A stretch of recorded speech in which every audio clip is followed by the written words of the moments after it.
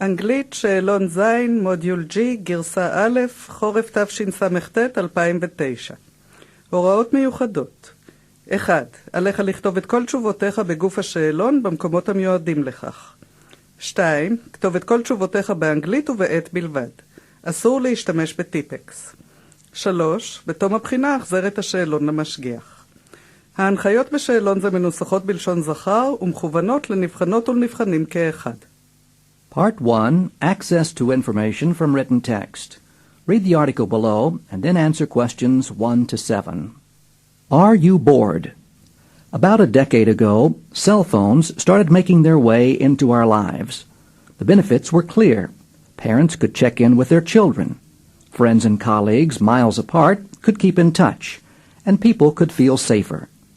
Lately, however, cell phones have taken on a new role, arming users against the ever-present threat of boredom. Empty moments used to be a fact of life. Time just ticked away as you stood in line or sat in traffic. But increasingly, such moments are being filled by mobile devices. One cell phone manufacturer, for example, provides escape from the tiny bits of free time that it calls micro-boredom by offering a variety of diversions. Among other things, these include 2-minute TV episodes made for the cell phone screen and games designed to last no more than 5 minutes. And then, of course, there's the hugely popular text messaging, which turns every dull second into a chance to broadcast thoughts and feelings, even if all you want to say is, "I'm bored." But are we too busy playing with our digital toys to realize that we are giving up a good thing?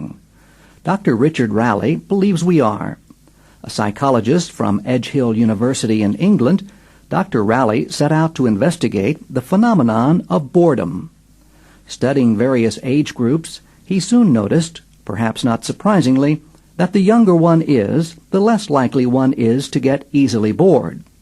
Young children, for instance, are imaginative enough to play pretend games for hours and hours, with nothing more than a piece of string or an old hat. But as people grow older, they require more and more external distractions to keep their minds occupied. And what happens if nothing interesting comes their way? In such cases, Dr. Raleigh has found they are often motivated to think something up themselves. In fact, those people who can tolerate boredom best have also been found to be the most creative, he says.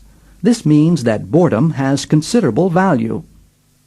Psychiatrist Edward Hallowell, author of Crazy Busy, concurs. Boredom is not a state of nothingness, he insists.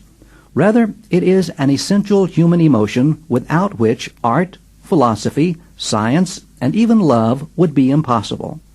People who don't spend their time constantly reacting to the external world are better able to explore the internal one. And it is in times of contemplation that we are often visited by fresh ideas or insights. In the words of Dr. Hallowell, boredom is not something to flee from in horror, but a doorway to something better. The potential of boredom may therefore be worth considering. So before you run to check your email again or send another SMS, why not give yourself a few minutes of empty time? You never know what you might discover. Answer questions 1 to 7 in English according to the article. In questions 1, 4, and 6, circle the number of the correct answer. In the other questions, follow the instructions. 1. What is the relationship between the first and second paragraphs? 1. The first presents some problems, the second gives the solutions. 2. The first presents arguments, the second contradicts them. 3. The first presents a situation, the second gives more details. 4. The first presents a change, the second presents the problems it causes. Number 2. Complete the sentence. All the cell phone diversions mentioned in lines 8 to 12 have the same 3. Give the two findings of Dr. Raleigh's study, lines 13 to 24. Complete the sentences. 1. There is a connection between boredom and 2. there is a connection between boredom and 4.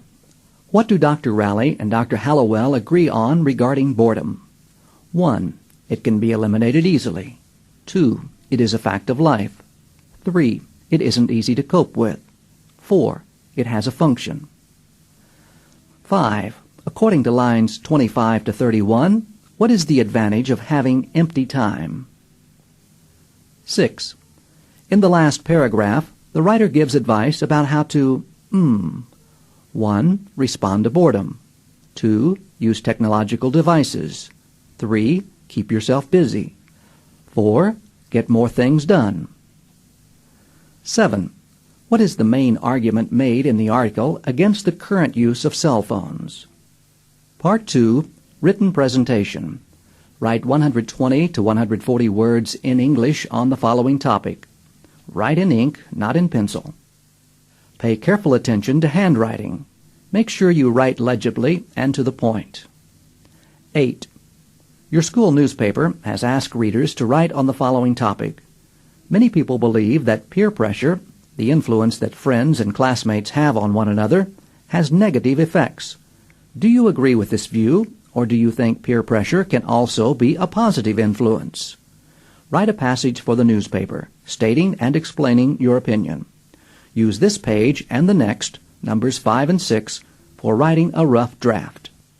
בהצלחה.